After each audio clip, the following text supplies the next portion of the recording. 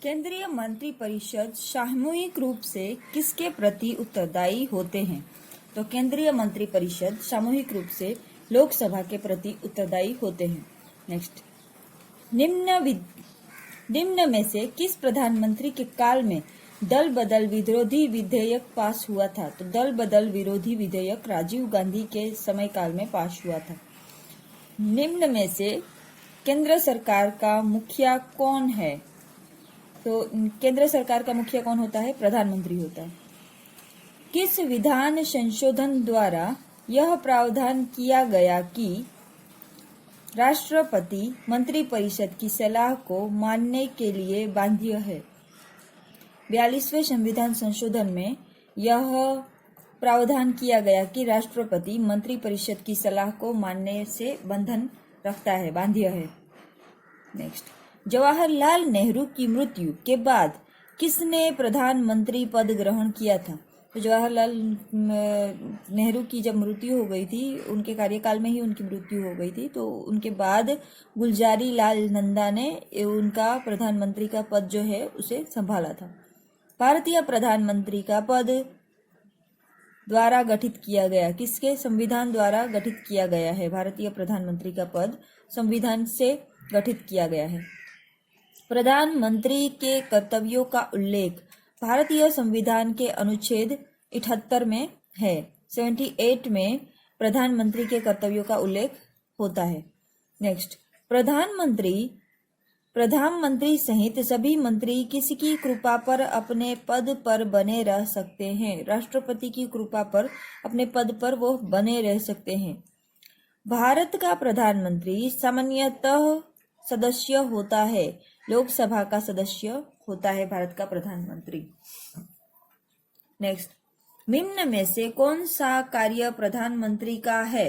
तो कौन सा कार्य प्रधानमंत्री है? उपरोक्त सभी ये सारे कार्य प्रधानमंत्री के हैं, जिसमें आता है प्रधानमंत्री मंत्रिपरिषद में परिवर्तन कर सकता है, मंत्रियों में विभागों का बंटवारा करता है और संसद में अपने दल का नेतृत्व करता है। यह तीनों काम प्रधानमंत्री करता है।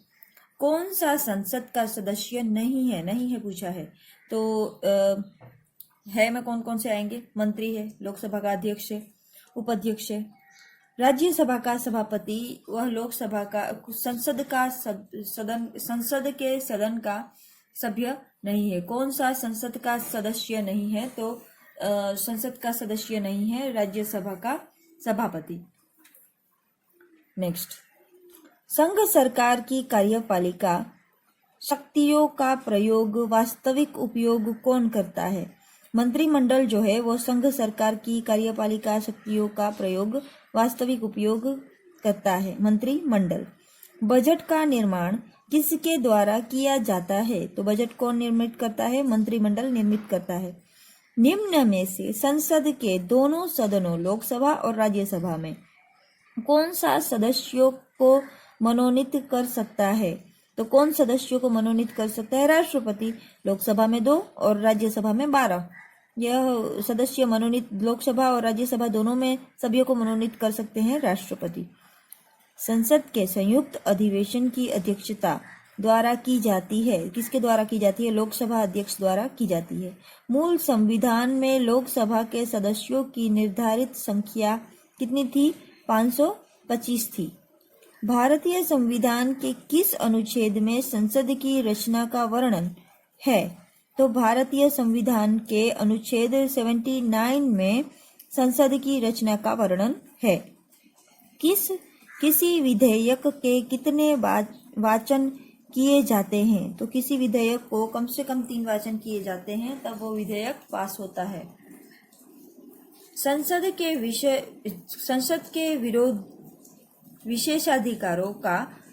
के विशेषाधिकारों का वर्णन किस अनुच्छेद में किया गया है? तो 105 में संसद को कौन कौन से विशेषाधिकार है उसके बारे में वर्णन किया गया है। संसद सदस्य की अयोग्यता संबंधी प्रश्न का अंतिम निर्णय द्वारा किया जाता है। किसके द्वारा? राष्ट्रपति द्वारा किया जाता है। संसद के सदस्य की अयोग्यता संबंधित प्रश्न जो होते हैं उसका निर्णय राष्ट्रपति करता है। लोकसभा की अधिकतम संख्या 545 किस संविधान संशोधन द्वारा निर्धारित की गई? तो 545 इसे निर्धारित कर दिया गया, क्योंकि लोकसभा में अगर संख्या निर्धारित नहीं होती तो कितने भी लोग सदस्य बन के और लोकसभा में होते और लोकसभा बहुत बड़ी हो जाती, इसीलिए 31वें संशोधन के द्वारा लोकसभा की संख्या निर्धारित कर दी गई 545। प्रत्येक 2 वर्ष पश्चात राज्यसभा के कितने सदस्य पद निवृत्त हो जाते हैं? तो हर 2 साल पर 1/3 सभ्य जो है वह राज्यसभा के निवृत्त हो जाते हैं और 1/3 सभ्य नए राज्यसभा में आते हैं। राज्यसभा यह कायमी सभा है, इसे भंग नहीं किया जा सकता है, टोटली ये समाप्त नहीं होती है। जैसे कि लोकसभा में हर 5 साल पे चुनाव होता है और पूरा लोकसभा जो है उसके अंदर आने वाले सदस्य नए तरीके से फिर से उसका निर्माण होता है, तो वैसा लोग राज्यसभा में नहीं होता है। राज्यसभा में सिर्फ 1/3 सभ्य हर 2 साल पे बदलते रहते हैं और इनका कार्यकाल 6 साल का होता है। ठीक है, तो यह कायमी सदन है, इसे भंग नहीं किया जा सकता है। नेक्स्ट, धन विधेयक पेश किया जाता है सिर्फ और सिर्फ लोकसभा में। लोकसभा में ही धन विधेयक पेश होता है और कहीं नहीं होता है। एक बाकी के जो साधारण विधेयक है वो राज्यसभा में भी पेश हो सकता है, लोकसभा में भी पेश हो सकता है, किसी में भी पहला प्रस्ताव उसको रखा जा सकता है, लेकिन धन विधेयक जो है वो सिर्फ और सिर्फ लोकसभा में ही पेश किया जाता है। एक वित्त विधेयक के पेश करने के पश्चात कितने दिनों के अंदर संसद को स्वीकार करना पड़ता है? तो 75 दिन के अंदर संसद को वित्त विधेयक को स्वीकार करना ही पड़ता है। नेक्स्ट, राज्यसभा का विघटन नहीं होगा किस अनुच्छेद में वर्णन है? तो यह अनुच्छेद 83 में वर्णित है। ऊपर हमने देखा कि राज्यसभा जो है हर 1/3 सभ्य 2 वर्ष पर निवृत्त होते हैं और राज्यसभा कायमी सभा है, इसका विघटन नहीं होगा, यह अनुच्छेद 83 में लिखा हुआ है। प्रत्येक राज्य को लोकसभा में स्थानों का आवंटन ऐसी रीति से किया जाएगा कि स्थानों की संख्या से उस राज्य की जनसंख्या का अनुपात सभी राज्यों के लिए यथासाध्य एक ही हो। निम्न में से किस अनुच्छेद में यह प्रावधान है? तो यह प्रावधान 81 के 2 भाग में है। राज्यसभा का सदस्य बनने की आयु सीमा कम से कम क्या होगी? तो 30 वर्ष। राज्यसभा में अगर आपको सदस्य बनना है तो आपकी आयु सीमा कम से कम 30 साल की होनी चाहिए और लोकसभा में 25 साल की होती है। ठीक है, राज्यसभा की संरचना का उल्लेख संविधान के अनुच्छेद 80 में है। किस अनुच्छेद में यह वर्णन है कि राष्ट्रपति संसद के किसी एक सदन में या एक साथ समवेत दोनों सदनों में अभिभाषण कर सकेगा? यह 86(1) में दिया हुआ है।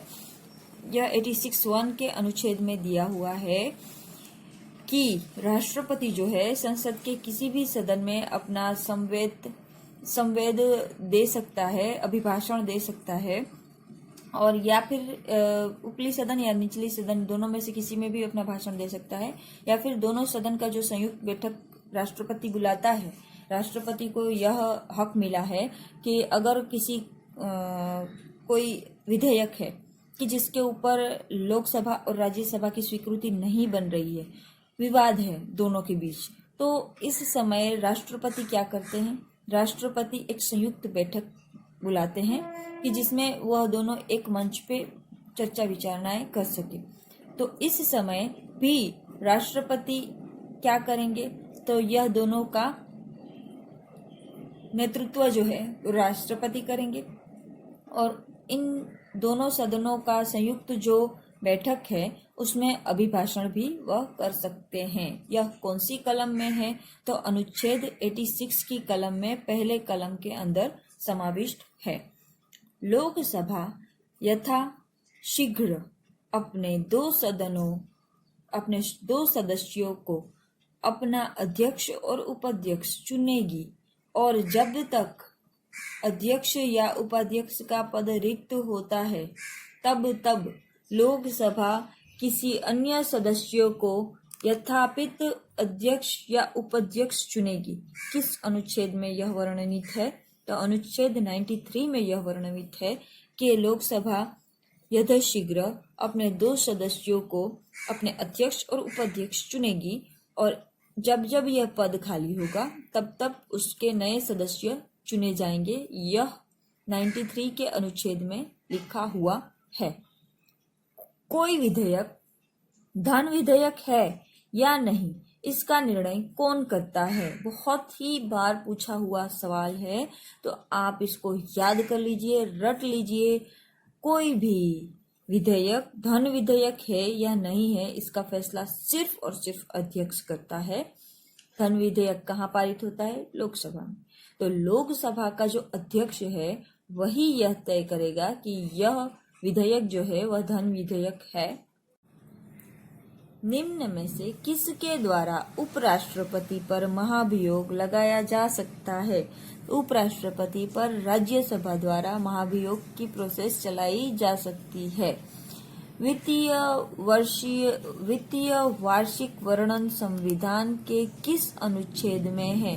तो वित्तीय वार्षिक वर्णन संविधान के अनुच्छेद 112 में है। लोकसभा की मूल्य निरूपण समिति में कितने सदस्य होते हैं? तो लोकसभा में की मूल्य निरूपण समिति में कितने सदस्य होते हैं? 20 सदस्य होते हैं। नेक्स्ट, निम्न में से किस अनुच्छेद में यह वर्णन है कि न्यायालय द्वारा संसद की कार्यवाही की जांच न की जाए? 122 के अनुच्छेद में यह वर्णन है कि न्यायालय द्वारा संसद की कार्यवाही की जांच न की जाए। नेक्स्ट, संसद की लोक लेखा समिति कितने सदस्यों से मिलकर बनती है? तो 22 सदस्यों से बनकर संसद की लोक लेखा समिति बनती है। नेक्स्ट, लोक लेखा समिति का कार्यकाल 1 वर्ष का होता है। लोक लेखा समिति का कार्यकाल 1 वर्ष का होता है। संसद के दोनों सदनों में प्रकाश काल के ठीक बाद का समय किस नाम से जाना जाता है? शून्य काल से नाम से जाना जाता है। संसद के 2 सदन होते हैं, वह दोनों सदनों के बीच का जो समय होता है उसको प्रकाश काल के ठीक बाद का जो समय होता है उसे हम शून्य काल कहते हैं। धन विधेयक का विस्तृत वर्णन किस अनुच्छेद में है? तो अनुच्छेद 110 में धन विधेयक का विस्तृत वर्णन है। जनतंत्रात्मक प्रणाली का केंद्रीय बिंदु राष्ट्र की संसद है।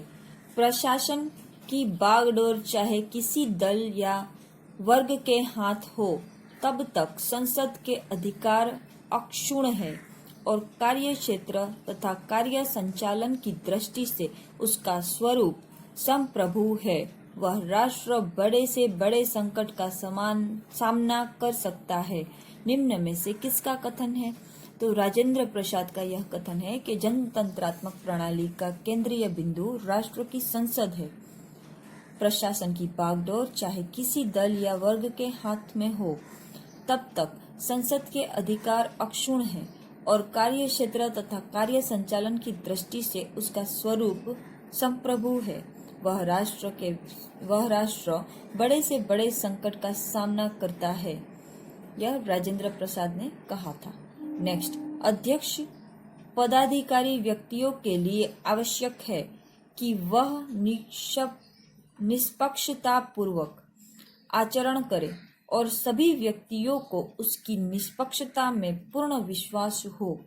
यह किसका कथन है? तो यह मैरिस जोन्स का कथन है। लोकसभा में विपक्षी दल के नेता को किसके बराबर सुविधाएं एवं मान्यताएं प्रदान की जाती है? कैबिनेट मंत्री के बराबर लोकसभा में विपक्षी दल के नेताओं को सुविधाएं प्रदान की जाती है। कैबिनेट मंत्री के बराबर मतलब कि वह भले विपक्ष में कोई नेता बैठा है, उसको उतना मत नहीं मिला कि वो पक्ष सरकार में आ सके, लेकिन विपक्षी दल का नेता जो होता है उसे भी कैबिनेट मंत्री के बराबर सारी सुविधाएं सरकार के तरफ से मुहैया कराई जाती है। संसद में संसद में किस समिति की सर्वाधिक संख्या होती है? तो संसद में प्राक्कलन समिति की संख्या सर्वाधिक होती है, प्राक्कलन समिति की। लोकसभा की गणपूर्ति कितनी है?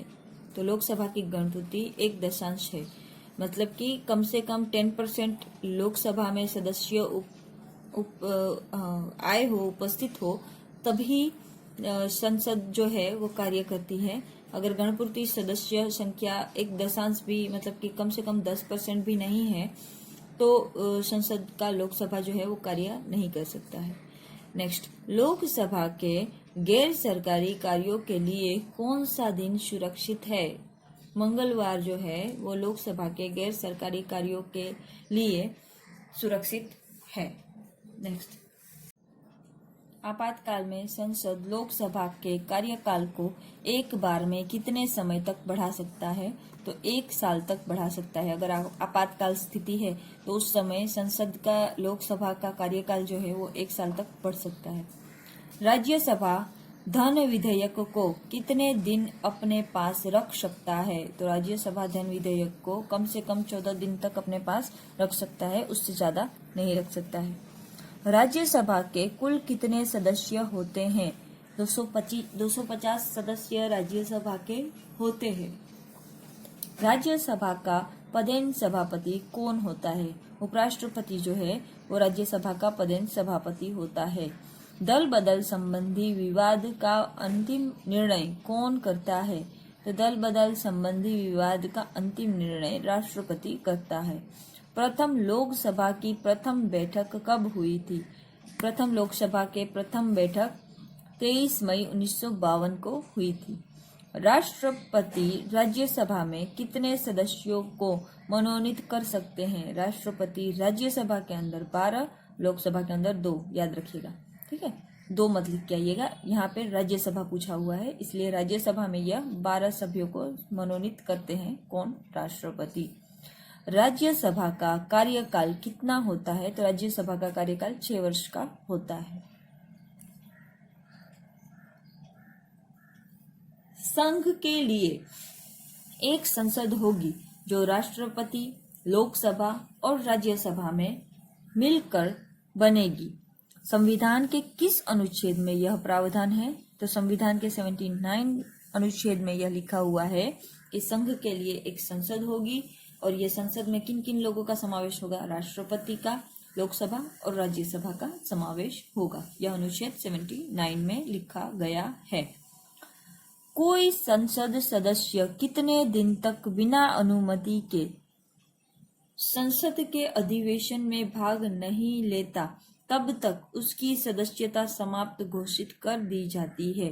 बहुत ही इंपॉर्टेंट है। लगातार अगर वह 2 महीने तक बिना इन्फॉर्म किए संसद की सदस्यता उसकी जा सकती है, अगर वो 2 महीने तक संसद के किसी सदन में वो भाग नहीं लेता है और वो जानकारी भी नहीं देता है कि उसको कोई फिजिकली प्रॉब्लम है या फिर किस कारण से वह नहीं आ रहे हैं, तो यह अनुमति के बिना संसद के अधिवेशन में अगर 2 माह तक भाग नहीं लेंगे तो उनका संसद सदस्यता अपने आप समाप्त हो जाती है। संसद सदस्यों के वेतन और भर्ती का वर्णन किस अनुच्छेद में है? तो संसद के सदस्यों को वेतन कितना दिया जाएगा और उनकी भर्ती प्रोसेस क्या होगी, इसका वर्णन अनुच्छेद 106 में दिया हुआ है। संसद के 2 अधिवेशन के बीच कितना समय का अंतराल नहीं होना चाहिए? संसद के 2 अधिवेशन के बीच कम से कम 6 महीना, ज्यादा से ज्यादा 6 महीना, कम और 6 दोनों याद रखिए कि 6 महीने से ज्यादा उसका अंतराल का समय जो है वो उसमें गैप नहीं होना चाहिए। 6 महीने के अंदर, हर 6 महीने के अंदर संसद के अधिवेशन के बीच अधिवेशन बुला लेनी चाहिए। अगर हर 6 महीने के अंदर संसद को अधिवेशन बुलाने का कहा गया है।